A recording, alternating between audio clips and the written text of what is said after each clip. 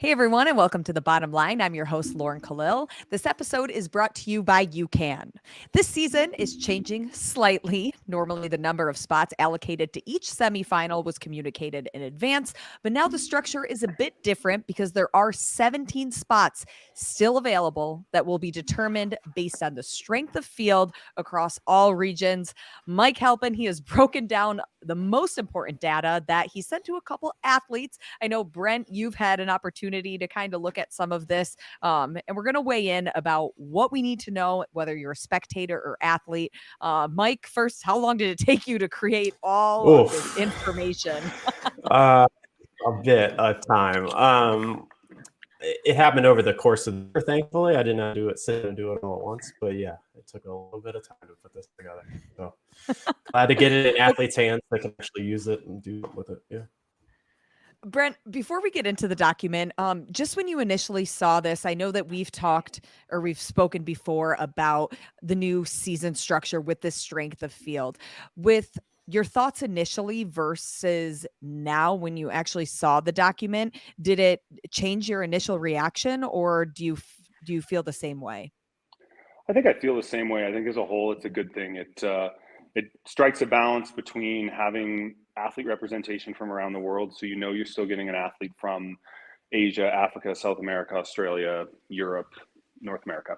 You're still getting athletes from all around there, but what it's doing is it's allowing for each continent kind of shifts, or portion of a continent, in the case of North America, shifts in its strength and the strength of those athletes at like the highest level.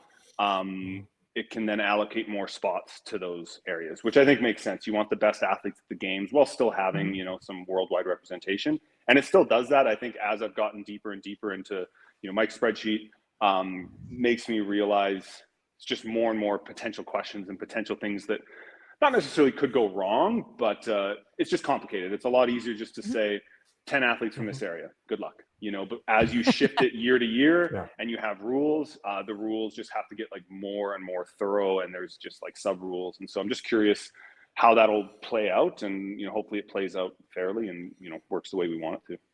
Sure. Still some questions. Mike, let's jump into some of the major things that you think are important for athletes and even spectators. So I'll go ahead and pull up your if you want to pull up the screen, first and slide. if you want to. Yep. Yeah. So using Brent as a perfect example, there's a couple pieces to call out. One is that they're going to use 8 events, 8 competitions over the course of the last 2 years, and that's going to be on a rolling basis. So the 21 Open through the 22 games is really what's current, and then as soon as the 23 Open happens, that'll move to the right one. So this graphic sort of allows you to visualize a little bit better of what that looks like. So Brent's 22 in the 21 Open here. If they do these rankings pre-Open, that rank would matter. But as soon as the 23 Open happens, it'll move over to there. So really the core of the scoring will be based on last year, because that's not going to move as they do this. But by the time they get to the games, it's really just going to be what they may have done at the games last year, or in 21, I should say, and then what they've really done this year. So it does weight it a little bit more towards 22, just without even any other formulas or calculations to it. I would imagine, and I've talked this over with a few other analysts, that it will be top heavy based on what they just did at the games in August, and then sort of trickle down from there and how much some of these events matter. It may also obviously take into account the Open being against thousands of people, the quarterfinals being against a subset, and then smaller and smaller groups, or more localized competitions like semifinals in the games. So then how important really is the Open if you're an athlete like Brent, who more than likely is going to qualify for the CrossFit Games? Brent, I know last year you didn't much care about the Open. You were still traveling around, and yeah, it wasn't my best. It wasn't by saying it wasn't my best. It was definitely my worst ever CrossFit Open finish. And so, before the call started, I said, there's a possibility, depending on how heavily they weight your Open performance, that could take, that could be part of what takes a spot away. Hopefully not, but could be, the West men's semifinal. And so, I'll be sitting there at the briefing and everyone's like, Brent, if you just pulled up your socks in the 2022 Open, we'd all have one more spot to fight over. So instead of, fighting for 7 spots, we just have 6. But that could be the case with any of the competitions, whether it's how I did in last year's Open or how another athlete did in last year's games. Maybe they got hurt and they finished 39th instead of maybe a top 10 or whatever that looks like. So I think what Mike will probably say is we don't really know how much the Open plays in, because they could allocate a percentage of your ranking based on how long ago it was and based on what competition it was, if they deem one competition like more important than another. Yeah. So that's really what this sets up for, or maybe that I can start to use that to call out some things. So like if you pull the screen back up, as we were just talking about there, Brent had a just under 1,000th place in the 22 to Open. So that will stick in there. But when you go over to another athlete, like we remember the story of Annika Greer last year, not being able to complete the quarterfinals, you start to see where there's these holes that she didn't make the games in 21. Therefore, she had the issue in the quarterfinals. She didn't make the semifinals or the games in 22. So with these, it starts to become a little bit more Swiss cheese when it comes to saying, okay, well, in Brent's case, he did every event. How do we score an athlete like Brent? In Annika's case, or in the case like a Ricky Garrard, or an athlete coming from the teens or a team, or may have taken some time off for an injury, like what do they do with some of those athletes?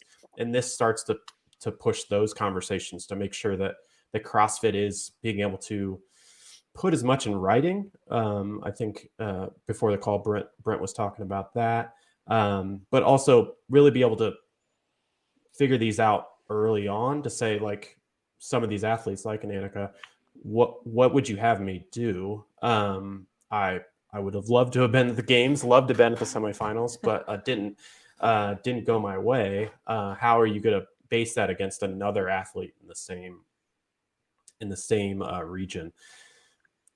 Another piece around that is, as Brent was saying, like, does this really matter to an individual athlete? Sure, there is going to be a worldwide rank. I'm sure a lot of folks like myself and others will really debate a lot of that, of who's the best and things along those lines. But as Brent was saying, it really comes down to, what does that do to that semifinal? How many spots do they get beyond their initial allocation? And that's the strength of field piece that factors into this, because as they've said so far, and there's still a lot to be said, it will add spots. It won't take away spots for their base, but you start to look at some regions and say, well, how many should they get above their base? Should Oceania get more because Tia's there or Tia's not there? Should one of the North Americans get way more than the other if all the women happen to live on this side of the Mississippi? It gets into those spots. This episode is brought to you by UCAN. Who can? You can. At least I can with UCAN, with one of their easy squeeze pouches that give me the energy I need to get through my workout without causing a crash. When I work out early in the morning, but don't want to on an empty stomach because we know mid-wan I'm going to be hangry, I grab one of their super easy on the stomach bars. Chocolate almond butter, yes please. I may not be a games athlete yet, but UCAN helps me stay focused and energized during my workouts. It delivers steady release carbs for long-lasting energy without spiking blood sugar levels, the key to sustaining peak performance and focus and recording videos like these. Trusted by top CrossFit pros like Scott Panchik and Emily Rolfe, get your hands on these goodies and even save 20% on your first order with our code CHALKUP, link in the description. Now, back to the episode. Brent, as an athlete, I'm curious. You mentioned that it could potentially rely on you or another athlete, whether your region gets more spots. But if your goal is the CrossFit Games, is that really something that's going to make you want to alter how hard you go during the Open when you know that unless some crazy thing happens, you're making it to quarterfinals and, of course, then semifinals thereafter? Yeah, it's interesting, right? And I think as an athlete, ideally you'd want to know that, and not just the day of the Open, but the week or couple weeks leading up to the Open, because that sort of changes your training a bit too. And, from what we know, the strength of field, really the only like tangible use of that metric and that number, let's say beside my name, is how many spots per semifinal go to the CrossFit Games. And maybe there's a bit of a storytelling piece and a media piece saying, Brent Fikowski is the 12th best male in the world, or 13th, or whatever it happens to number they happen to come up with, which is kind of like an ego thing. And it would be nice to have that number, but there's no prize money associated with that, I don't think, right? Yeah. But again, if there is, then it's like, okay, maybe I need to change my training a bit, and instead of just focusing on like the semifinals and the games, it's like maybe I do need to really make sure I'm putting in more training priority so that, I'm doing the open workouts. Maybe I'm redoing every open workout instead of just doing it once. So that matters. And then kind of as a cohesive unit, let's say as the Western North American men, if I understood it better, some of those guys, maybe I start texting them and say, hey guys, like let's pony up and make sure we get an extra spot here. If we all pitch in and work together. There and you go. you sort of see that more. That's never been a thing in CrossFit, but that's very much how, the Canadian Olympic weightlifting team operates, right? You're accumulating points as a team to send a team to the Pan Am Games or to send a team to the Olympics. And so, if you look at like a national weightlifting team, you're trying to send 3 people to the Olympics instead of just 2. And you do that by having, a dozen or so weightlifters compete at international events and accumulate points. And so even if you don't have a real shot at making the Olympics, you're kind of working almost as a team to try and get that third person an Olympic spot. And so it kind of becomes something like that. And then this doesn't particularly apply to me because I'm going to be living in Kelowna, but there are some male and female athletes that might have the option to move to and from the Western United States to the Eastern United States, or from Europe to somewhere else. And it could definitely play into that if they're like, should I move from Europe to Dubai, or from London to New York, or maybe to LA? And understanding like what the landscape looks like, you could greatly increase your chances of qualifying for the CrossFit Games. Sure. And a big topic of discussion is North America West and North America East lopsided? Mike, once you put everything on paper, is that really what we're seeing? Yeah. I don't know another way to say it, but yeah. Yeah, it is. Yeah, it is. If you want to pull up that NA West women, I can give a shout out to Emily Rolfe and to Ariel Lowen. In their case, Emily she's the only athlete on the NA West to top 50 the Worldwide Open. She's one of 2 athletes, her and Ariel Lowen. Obviously, the last games didn't go her way with a medical emergency, but her and Ariel Lowen are the only 2 games qualifiers. So that's the West. That's just the 2 of them. The East has 11 games qualifiers back-to-back years. So Haley Adams, Mal, Christy, Amanda, on down the line, all of them have made the games back-to-back years. The majority of them did top 50 in the Open. The majority of them did top 100 in the quarterfinals. Obviously, they all did well in the semifinals because that's how they made the games. And so when you're just, if I was Boz, I am not, but if I was and looking at this, or some of their folks that are working on this, you start to look at it and go, well, how many spots should we really give the West if they've only had really 2 athletes come out of there in the last 2 years? How many spots should we allocate towards the East if we think it's going to be very top heavy?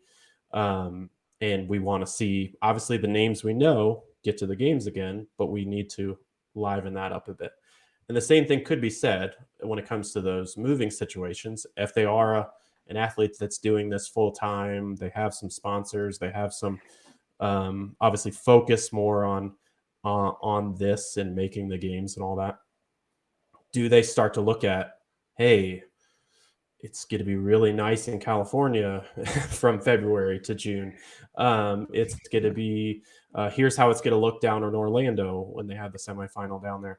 Do I want to start moving towards some of these places, moving towards some of these camps, maybe even, that would allow them to play inside of this and be able to move? Now, it's an interesting piece because this is only happening in North America. With the switch in Europe to one semifinal, they're like every other semifinal or every other region at this point. You go where they told you to go.